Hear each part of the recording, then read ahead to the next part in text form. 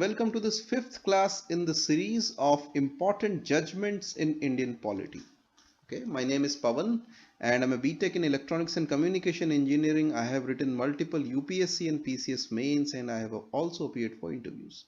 Now I cleared CGL, that is Combined Graduate Level Exam by SSC, and worked with Government of India for 5 years. And for the last 2 years I have been teaching at Oracle IAS Dehradun. Okay, so three cases we'll discuss here. Our theme today is religion versus individual freedoms, and all three cases are related to this issue where religious convictions, religious beliefs come into conflict with rights of an individual. Okay, the first one is Shah Bano case, the second one is Shaira Bano case, and the third one is Sabarimala case. So one by one we'll discuss these. First, Shah Bano. Now it's a landmark judgment on Muslim personal law. What happened was there's a person called Ahmad Khan और 1932 में उन्होंने एक lady से शादी करी, विवाह किया, जिनका नाम था शाह बानो. Now in 1975 जब शाह बानो काफ़ी बूढ़ी हो चुकी थी, more than 60-65 years old, उस समय पे उन्होंने अहमद खान ने शाह बानो को तलाक दे दिया, बोला कि ठीक है मैं दूसरी शादी कर रहा हूँ, और उनको घर से निकाल दिया और बोला कि अब मैं दूसरी शादी कर रहा हूँ 1975 में, when he was old and the lady was also very old. Shah Bano ने CRPC, that is criminal procedure code, CRPC 125 एक सेक्शन है, उसके अंडर में मेंटेनेंस के लिए केस फाइल किया और उन्होंने बोला 1978 में कि मुझे 500 रुपीज पर मंथ का मेंटेनेंस चाहिए.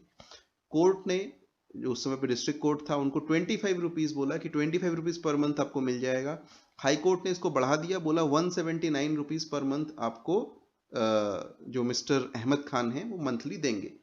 अहमद खान ने बोला कि ठीक है, आप कहते हो कि मेरे को इसको देना पड़ेगा, तो इससे अच्छा ये है कि मैं सेपरेशन की जगह तलाक ले लूँ. बोला मैंने इसको तलाक दे दिया है आज से, और मुस्लिम लॉ में I am under no obligation to pay Miss Shah Bano any maintenance any more.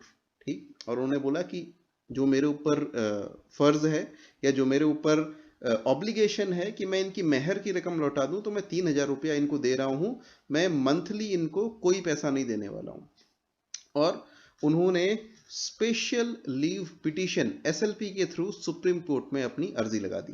Now जो लोग काफ़ी समय से मुझे सुन रहे हैं, तो मैं उनको बोलता आ रहा हूं कि भैया इस साल, अगले साल, आने वाले साल में ये स्पेशल लीव पिटीशन इंपॉर्टेंट होने वाला है. सुप्रीम कोर्ट के कुछ आर्टिकल इंपॉर्टेंट होने वाले हैं, ध्यान में कर लेना. 136, 137, 142 एंड 143, ये चारों आर्टिकल कम से कम आपको रटे हुए होने चाहिए. ठीक है, तो मैं नहीं बताऊंगा SLP किस में आता है, घर जा करके आपको खुद देखना है. एनीवेज, इश्यूज क्या थे केस में? इशू ये था कि वेदर ऑन प्रोनाउंसमेंट ऑफ तलाक एंड एक्सपायरी ऑफ इद्दत, इद्दत एक वेटिंग पीरियड होता है तलाक के बाद, the women ceases to be a wife. पहली चीज, whether liability of a Muslim man towards his wife ceases after iddat or after completion of talaq. And thirdly, is there a conflict between CRPC 125, which is a criminal law, and personal laws of Muslims? और अगर ये conflict है तो prevail कौन करेगा, किसकी मानी जाएगी, पर्सनल लॉज की या क्रिमिनल लॉज की? ठीक है, आर्ग्यूमेंट्स हुए. जो मिस्टर अहमद खान ने, उन्होंने बोला, वो खुद भी वकील थे, उन्होंने कहा कि तलाक के बाद Shah Bano is no longer my wife, और मुस्लिम लॉ में, शरिया लॉ में मुझे कोई ऑब्लिगेशन नहीं है कि मैं उसको पर मंथ कोई मेंटेनेंस पे करूं. देखिए, हिंदूज में तलाक होगा तो आपको पे करना पड़ेगा, क्रिश्चियंस में होगा पे करना पड़ेगा, मुस्लिम्स में उन्होंने कहा I am under no obligation.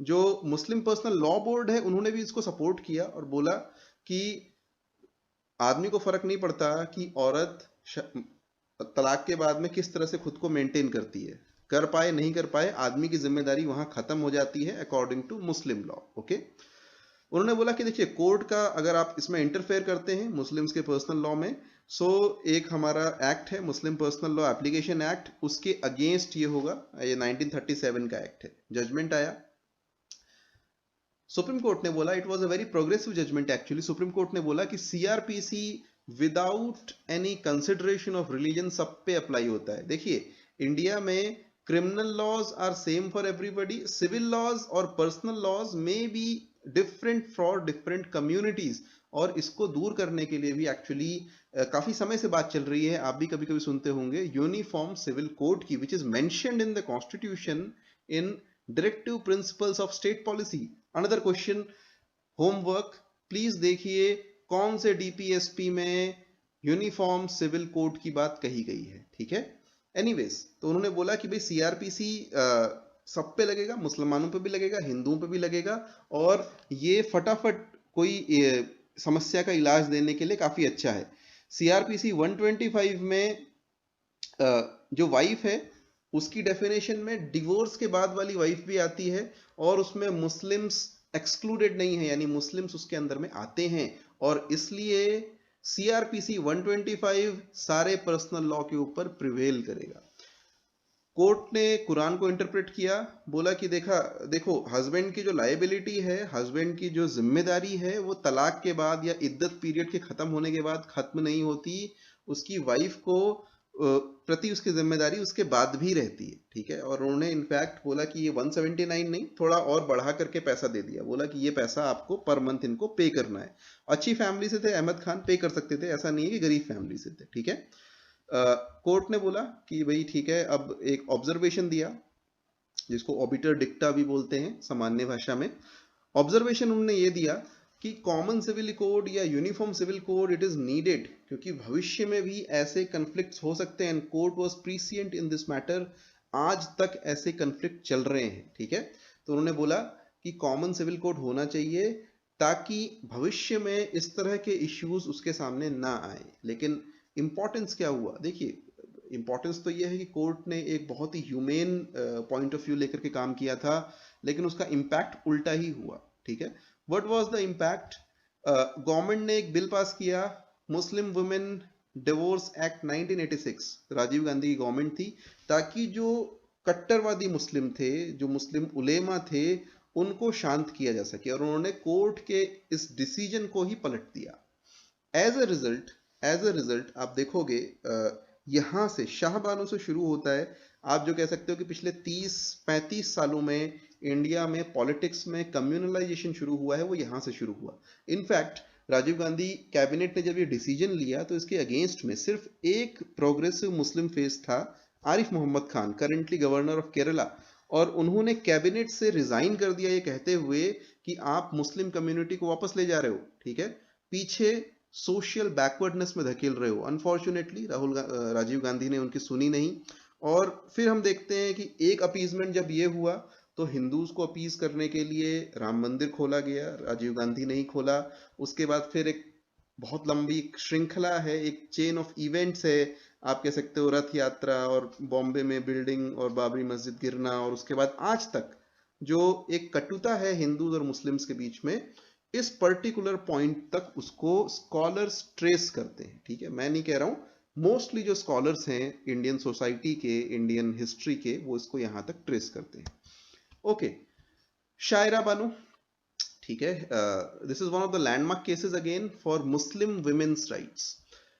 Rizwan Ahmed नाम के एक व्यक्ति थे, उन्होंने शायरा बानो से विवाह किया 2011 में मुस्लिम रिचुअल से, और 2 बच्चे हुए उनके। 2015 में उन्होंने उनको तलाक बिद्दत दे दिया। तलाक बिद्दत मतलब 3 तलाक, ट्रिपल तलाक जिसको बोलते हैं, कि यानी एक ही बार में बोल दिया तलाक तलाक तलाक, और आप अब मेरे घर से निकल जाओ, now we are no longer husband and wife, ठीक है। ये जो एक परंपरा है तलाक बिद्दत की, ये मुस्लिम सोसाइटी में सब जगह पे एग्जिस्ट नहीं करती। जैसे आप देखोगे विदेशों में कई जगह पे इसको रिकॉग्नाइज नहीं किया जाता है, लेकिन इंडिया में बहुत सारे ऑर्थोडॉक्स एलिमेंट्स हैं और उनके प्रेशर में ये अभी तक भी रिकॉग्नाइज थी ट्रिपल तलाक, ठीक है। तो यहाँ पे एक ही बार में उसको आप 3 तलाक बोलोगे। इनफैक्ट कई बार केसेस ऐसे हुए कि सामने वाइफ को नहीं बोला, एसएमएस पे भेज दिया, व्हाट्सएप पे भेज दिया, फोन पे कह दिया और बोला कि अब घर से निकल जाओ, ठीक है। So this was quite unfair to Muslim women. Anyways, Shayara Bano Supreme Court चली जाती हैं और बोलती हैं कि ट्रिपल तलाक को वॉइड एब इनिशियो, एब इनिशियो मींस शुरुआत से, वॉइड मतलब जीरो, शुरुआत से ही जीरो, यानी कि उनको जो तलाक दिया गया है उसको खत्म कर दिया जाए, उनकी मैरिज को रिस्टोर किया जाए, ठीक है। आर्ग्यूमेंट्स थे तलाक बिद्दत इज नॉट पार्ट ऑफ शरीयत and instant divorce is not valid. बहुत सारे स्कॉलर्स हैं, मुस्लिम स्कॉलर्स, जिनका मानना है और रेशनल लोग हैं कि भैया तलाक बिद्दत शरीयत में रिकॉग्नाइज नहीं है। और सच बात यह है कि बहुत सारी मुस्लिम कंट्रीज में ही रिकॉग्नाइज नहीं है, इस्लामिक रिपब्लिक्स में रिकॉग्नाइज नहीं है, ठीक है। This practice is also violative of article 14, 19 and 21। अब देखिए 14 का कैसे हुआ, क्योंकि विमेन के पास में राइट नहीं है कि वो तलाक बिद्दत दे सके, केवल मेन दे सकते हैं। 19 और 21 कैसे, तो मेनका गांधी केस को याद कीजिए, मैंने बोला था जहां पर भी आर्टिकल इनमें से तीनों में से किसी एक की बात आएगी 19, 21 लगभग अपने आप आ ही जाते हैं, ठीक है। It's the golden triangle of fundamental rights in Indian constitution, और सुप्रीम कोर्ट ने रिकॉग्नाइज किया है मेनका गांधी केस में। एनीवेज, कुछ आर्ग्यूमेंट्स ये भी थे कि आर्टिकल 25, 26 और 29 जो कि religious rights and minority rights को प्रोटेक्ट करते हैं, उसके अंडर में इस प्रैक्टिस को प्रोटेक्ट किया जाए। लेकिन शायरा बानो ने बोला इसको इसमें प्रोटेक्ट नहीं कर सकते। क्यों? Because you see there is a doctrine religious cases में जो कि सुप्रीम कोर्ट लगाता है, उसको बोलते हैं डॉक्ट्रिन ऑफ इसेंशियलिटी, ठीक है, कि कोई चीज रिलीजन में इसेंशियल है, महत्वपूर्ण है, उसका अभिन्न अंग है या नहीं है। अगर कोई प्रैक्टिस, लेट अस से हिंदुओं में एक प्रथा थी अनटचेबिलिटी, छुआछूत की, ठीक है, लेकिन शास्त्रों में तो कहीं नहीं लिखा कि जो छुआछूत नहीं करेगा वो हिंदू नहीं है। इसलिए जब उसको हटाया गया तो उसका जब अगर विरोध भी हुआ तो कोर्ट वहां पे कह सकता है कि भैया this is not an essential practice of Hinduism, ये एक ट्रेडिशन है, परंपरा है जो इतिहास के साथ में ये रूढ़ी हिंदू समाज में आ गई है और इसको हटाना जरूरी है। क्यों? क्योंकि सामाजिक बराबरी की दृष्टि से, सोशल इक्वालिटी की नजर से ये गलत है, ठीक। एनीवेज, इंटरनेशनली ये फॉरबिडन है अधिकतर मुस्लिम कंट्रीज में, और कुरान में भी नहीं है। केवल सुन्नी इस्लाम के ही कुछ स्कूल्स इसको रिकॉग्नाइज करते हैं, शिया इसको रिकॉग्नाइज भी नहीं करते। शायरा बानो ने इस तरह से बोला।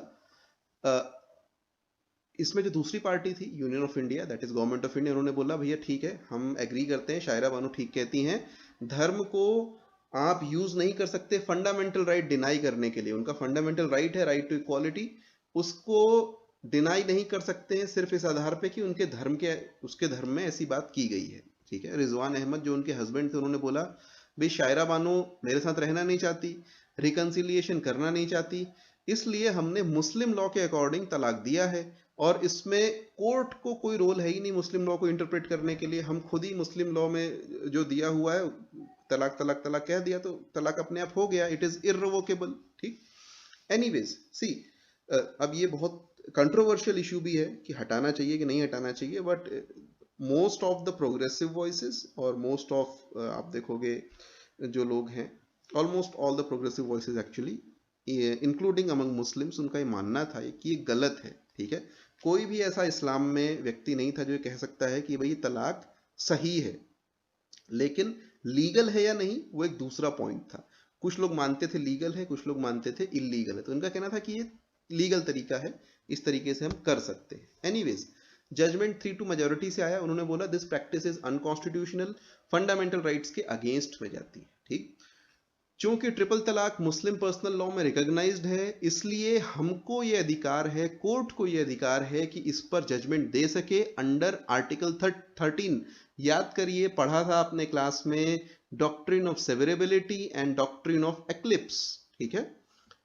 फिर triple talaq is arbitrary as it is irrevocable and instant, तो आर्बिट्रेरी को सुप्रीम कोर्ट बर्दाश्त नहीं करता है, इसे हटा दिया जाएगा। And then it is not an essential religious practice, ठीक है, यानी कि it is not essential to Islam, ये इस्लाम का अभिन्न अंग नहीं है। इसके बिना भी बहुत सारी मुस्लिम कंट्रीज में और बहुत सदियों से इस्लाम जिंदा है और फल फूल रहा है। फिर बोला कि भैया फंडामेंटल राइट्स के अगेंस्ट में है, तो ऑब्वियसली इसको हम अनकॉन्स्टिट्यूशनल बोलेंगे ही बोलेंगे। इंपॉर्टेंस एंड इम्पैक्ट है कि एक तरीके से जेंडर इक्वालिटी के लिए आप देखोगे पहली बार मुस्लिम्स के अंदर में एक बहस शुरू हुई और प्रोटेक्शन मिला विमेन को। विमेन्स राइट एक्टिविस्ट, उन्होंने भी इसको काफी सराहा। इनफैक्ट गवर्नमेंट उसके बाद एक बिल लेकर के आई, कोर्ट ने तो बोल दिया अनकॉन्स्टिट्यूशनल है, गवर्नमेंट एक बिल लेके आई, ट्रिपल तलाक एक्ट पास हो चुका है, और उसके अंतर्गत ट्रिपल तलाक देने पे, अगर आप इस तरह से तलाक देते हैं तो आपको जेल की सजा हो सकती है, ठीक है। वो भी बहुत डिबेटेबल बिल था, बट पास हो चुका है, इट्स इन फोर्स। और अगर ऐसा कोई करता है, मुस्लिम व्यक्ति अपनी वाइफ को ट्रिपल तलाक देता है, इंस्टेंट तलाक देता है, तो उसको कोर्ट में लाया जा सकता है, जेल की सजा हो सकती है। इसका मतलब ये नहीं कि तलाक नहीं दे सकता, तलाक देने का तरीका है, ठीक है। ट्रिपल तलाक भी आप इंस्टेंट नहीं दे सकते, उसमें जहां तक मेरी समझ है एक एक महीने की गैप के बाद अगर आप तलाक दोगे तो वो मान्य होगा। वैसे ही आप कानूनी कार्रवाई के बाद तलाक करोगे तो वो मान्य होगा, लेकिन इंस्टेंट ट्रिपल तलाक इलीगल। ओके, नेक्स्ट जो केस है हमारा वो है सबरीमाला केस, और जो पिछले 2 से 3 साल से आप लगातार सुन रहे होंगे इसके बारे में कि कुछ ना कुछ बातें हो रही है। सबरीमाला अयप्पा स्वामी का टेम्पल है, मंदिर है, और अयप्पा स्वामी को सेलिब्रेट यानी ब्रह्मचारी माना जाता है, उन्होंने विवाह नहीं किया और वो सेलिब्रेट है, ठीक है। कहाँ पर स्थित है ये थोड़ा सा पता होना चाहिए, पाठनमथिट्टा, ठीक है, केरल में एक जगह है, ये डिस्ट्रिक्ट है, यहाँ पर इनका मंदिर स्थित है। इनफैक्ट पहाड़ी एरिया है, वो वेस्टर्न घाट्स का एरिया है, और पैदल यात्रा करके जैसे आप वैष्णो देवी में जाते हैं वैसे ही यहाँ पर जा करके आपको यात्रा करनी पड़ती है, ठीक। तो वहाँ पे ऐसा था कि मेंसुरेटिंग वुमेन यानी 10 साल से ऊपर और 50 साल से नीचे की जो वुमेन होंगी, यानी 10 से 50 साल की उम्र के बीच की जो महिलाएं होंगी, उनको एंट्री नहीं थी, ठीक है। उनको बोला गया कि आप अयप्पा के दर्शन नहीं कर सकती क्योंकि ये ब्रह्मचारी हैं, और आप उस एज में हैं जिस एज में मेंसुरेशन होता है वुमेन को, ठीक। एक एसोसिएशन है इंडियन यंग लॉयर्स एसोसिएशन, सी ये उनके किसी भक्त ने या किसी वुमेन ने फाइल नहीं की, but Indian young lawyers association Delhi में एक संस्था है, उसने एक फाइल की एप्लीकेशन इसके अगेंस्ट में, बोला कि ये बैन गलत है, अनकॉन्स्टिट्यूशनल है, ओके।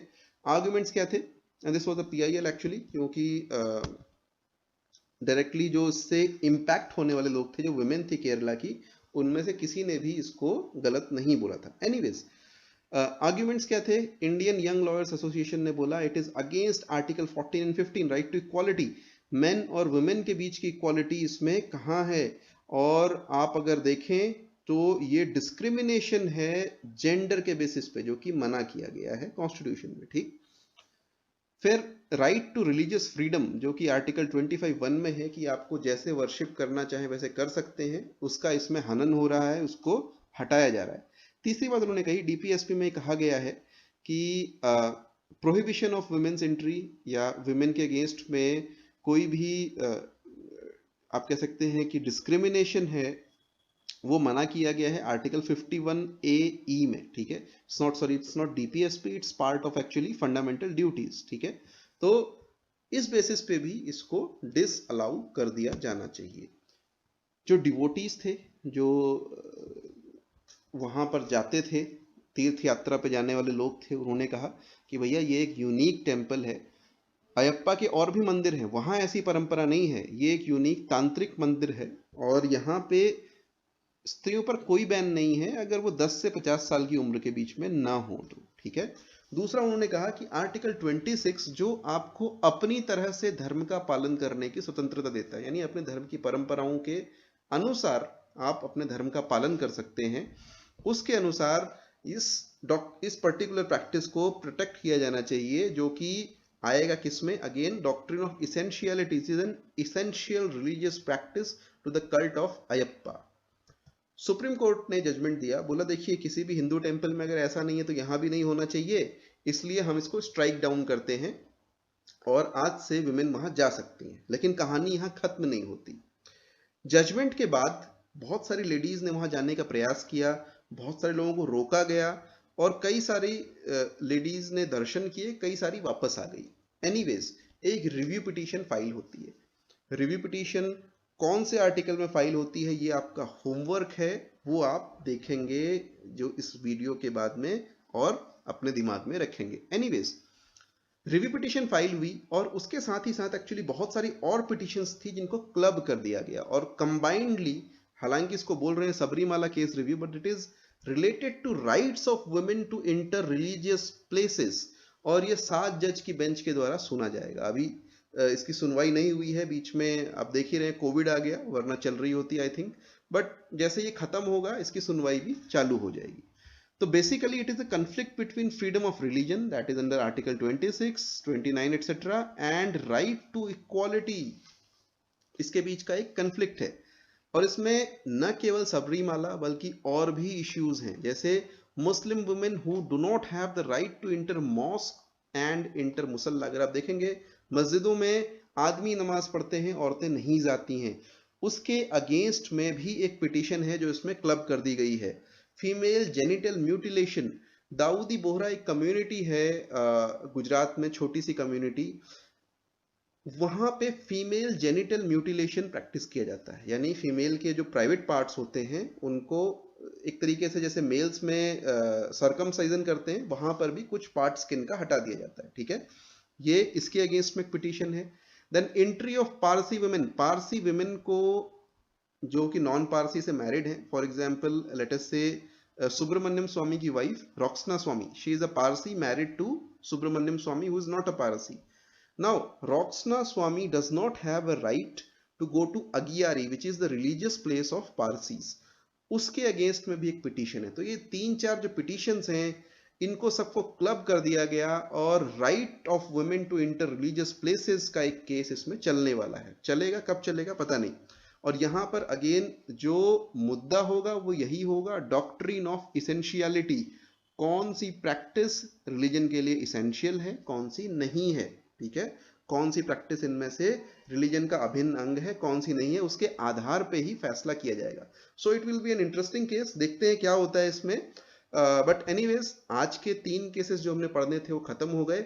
आई होप आपको यूजफुल रहेंगे और इसमें जो हम छोटे छोटे कीवर्ड्स पढ़ रहे हैं वो आपको काफी काम में आने वाले हैं। ठीक है, सो कल मिलेंगे दोबारा एक नई थीम के साथ में। तब तक के लिए बाय बाय।